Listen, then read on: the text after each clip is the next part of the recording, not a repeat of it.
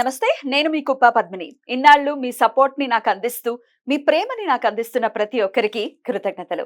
ఇప్పుడు చూడబోతున్న ఈ వీడియో కూడా ఖచ్చితంగా మీకు ఉపయోగపడుతుంది. లైక్, షేర్ అండ్ సబ్స్క్రైబ్ చేసి మీ ఇష్టాన్ని అలాగే మీ సపోర్ట్‌ని నాకు అందించండి. అలాగే ఈ వీడియో పట్ల మీ అభిప్రాయాన్ని కామెంట్ సెక్షన్‌లో కామెంట్ చేసి నాకు తెలియజేయండి. నమస్తే. నమస్తే. Welcome to our channel. నేను పద్మిని. ప్రస్తుతం పాటు ప్రముఖ ఆధ్యాత్మికవేత్త, ఆస్ట్రోన్యూమరాలజిస్ట్, ఎనర్జీ వాస్తు స్పెషలిస్ట్, శ్రీ విద్యోపాసకులు శ్రీమతి జయప్రద గారు మనతో పాటు ఉన్నారు. మాట్లాడదాం. నమస్కారం అండి. నమస్తే అమ్మా, శ్రీమాత్రే నమః. బాగున్నారా? బాగున్నారా? మీరు బాగున్నారా? సొంతింటి కళ సాకారం అవ్వాలి అని చెప్పి చాలా మంది ప్రయత్నిస్తూ ఉంటారు. ఒక్కొక్కళ్ళకి తెలియకుండానే తీరిపోతుంటుంది. అది ఖచ్చితంగా భగవత్ అనుగ్రహం. ఖచ్చితంగా కొంతమందికి ఎంత ప్రయత్నించినా కూడా ఆ సొంతింటి కళ అనేది సాకారం కాదు. ఎందువలన ఏ బ్లాకేజ్ ఉండటం వలన అంటే డబ్బు ఉండి కూడా తీరకపోవడం అనేది ఆశ్చర్యానికి గురి చేస్తుంది. డబ్బు లేకపోతే అంటే that is a different story.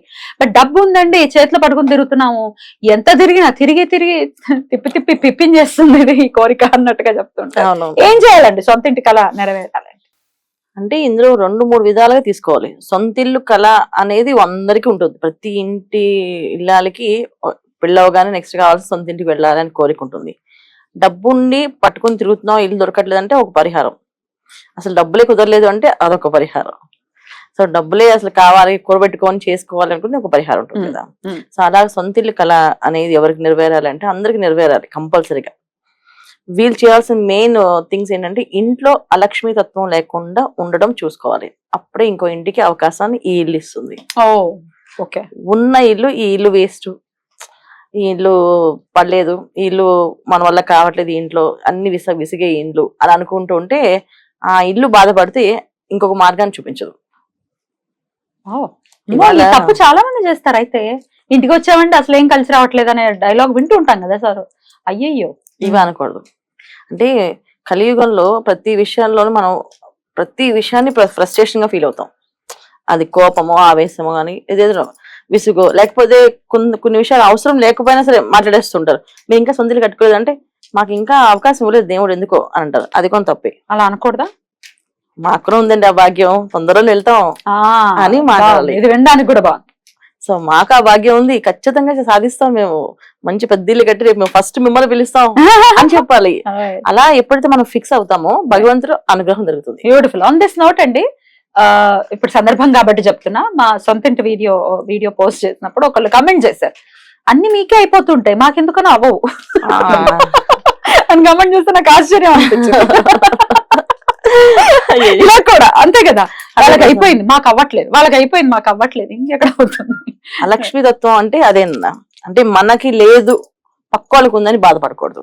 మనకి వస్తుంది, మనకి ఆ యోగం ఉంది, అరే భలే కట్టుకున్నారు వీళ్ళు, మనం కూడా ఇంత బ్రహ్మాండం కడతాం ఇల్లు అని అనుకోవాలి.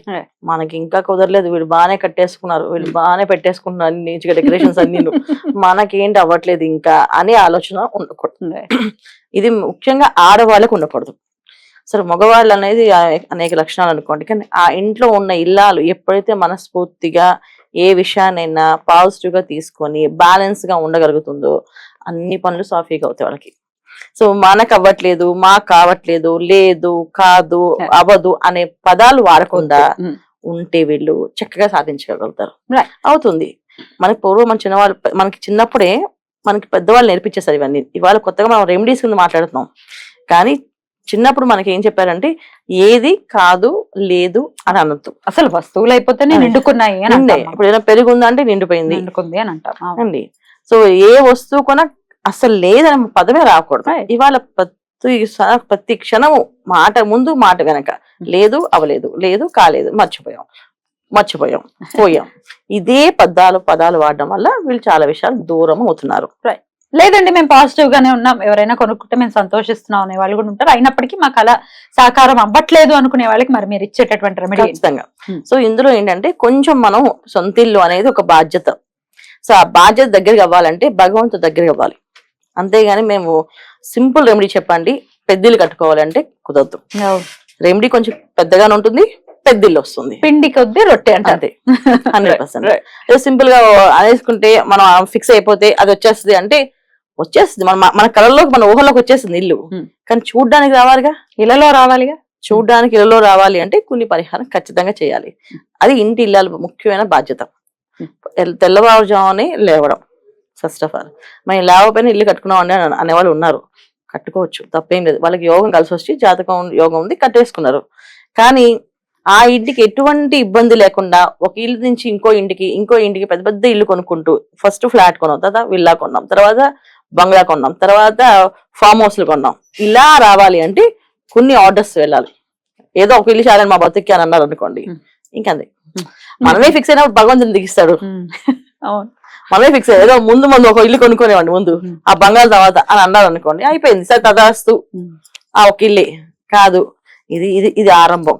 ఇంకా ముందు కొనిస్తాం. అందరికి రావాలి ఇల్లు అని చెప్పి తన మనస్తత్వంతో ఉండాలి. సో తెల్లవారుజామున అంటే మరీ తెల్లవారుజామున లేవకలేదు. సూర్యోదయం పూర్వం నిద్ర లేచి శుభ్రంగా స్నానం చేసి గుమ్మానికి పూజ చేయాలి. ఏది గడప లక్ష్మికి చెప్పాలి, ఈ గడప నుంచి మా సొంత గడపకి వెళ్ళేలాగా ఆస్వాదించమ్మా అని ఆవిడకి అక్కడే పూజ చేయాలి. 2 పుష్పాలు వేసి 2 అక్షంతలు వేసి దండం పెట్టుకొని చక్కగా పసుపు కుంకుమ అక్షంతలు వేసుకొని దండం పెట్టుకోవాలి. గుమ్మానికి ఎప్పుడు పసుపు రాసే ఉండాలి. ఒకవేళ పసుపు అయిపోయింది మళ్ళీ పసుపు రాయవే.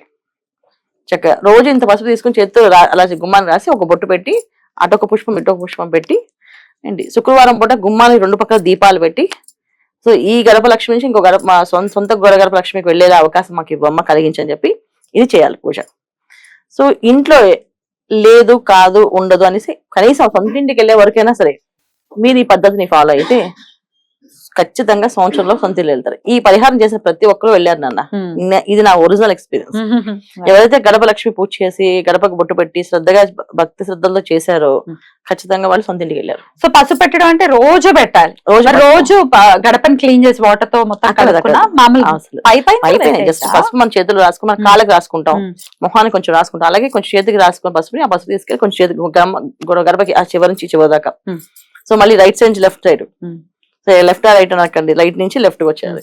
సో అక్కడ 2 బొట్లు పెట్టి 2 అక్షంతలు వేసి అమ్మవారికి నమస్కారం చేసి అంతే సొంత ఇంటికి వెళ్ళే అవకాశాన్ని భాగ్యాన్ని కలిగిస్తున్నావమ్మా. నువ్వు కలిగిస్తున్నావమ్మా అక్కడ అడగాల్సింది, కలిగించు అనకూడదు. కలిగిస్తున్నావు అని ఫిక్స్ అయిపోవాలి, ఆవిడ ఇచ్చేస్తుంది అని. సో ఖచ్చితంగా సొంత ఇంటికి వెళ్తారు. మంచి వాస్తున్న ఇల్లు, ఆ ఇంట్లోకి వెళ్ళి నుంచి దినదిన అభివృద్ధిగా బాగుంటుంది. ఇంట్లో కలిసి అన్ని కలిసి వచ్చాయండి, మాకు చాలా బాగున్నామండి అని చెప్తారు. ఇంకొకటి ఈ 1 year ఈ పూజ ఏదైతే చేస్తున్నారో ఈ చేసే ప్రాసెస్ లో ఎవరి ముందు ఎవరి కోసం అడగకూడదు. వీళ్ళకి బాగుందని అడగకూడదు, వాళ్ళకి వచ్చేసిందని బాధపడకూడదు, కంట్లో నీళ్ళు రాకూడదు, భార్య భర్తతో వాదించుకోకూడదు. కష్టంగా అయితే ఇదే ఎస్ఎల్ టాస్క్. వాదించుకోకుండా ఉండాలి అంటే పెద్ద టాస్క్. వాదించుకోకూడదు, ఎందుకంటే వాదించి సాధించేది ఏముంది, మనం ఏదో ఒక ఈగో సాటిస్ఫాక్షన్ తప్ప మనకి. అందుకని ఏంటంటే సరే ఒక 1 year కామ్ గా ఉంటే అనుకూలం సాధిస్తాం అని ఎవరిని చెప్పారనుకోండి ఖచ్చితంగా ఉంటాం కదా. అదే మన ఆఫీస్ లో మన బాస్ చెప్పారు, రోజు నీ ఉద్యోగం పొద్దున్న సాయం దాకా మాట్లాడుకుని కూర్చోవడమే నీ ఉద్యోగం, దానికి ఇంత శాలరీ ఇస్తాం అంటే ఏం చేస్తాం? ఖచ్చితంగా అలా కూర్చుంటాం కామ్గా. సో దగ్గర శాలరీ కోసం. అలాగే ఇప్పుడు మన లైఫ్ కోసం ఇది. సో వాదన అంటే మరి మా చిన్న గొడవలకి చిన్న మాటలకి కాదని అంటుంది. భారీగా వాదించుకోవడం, గట్టిగా ఏడ్చేలా చేసుకోవడం, పనులు చేయడం, సొంత ఇంటి కళని వాళ్ళు సాకారం చేసుకోవాలని మనస్ఫూర్తిగా కోరుకుంటూ చక్కటి రెమెడీని మాకు తెలియజేశారు. థ్యాంక్ యూ సో మచ్ అండి. నమస్తే. శ్రీమాత్రే నమః.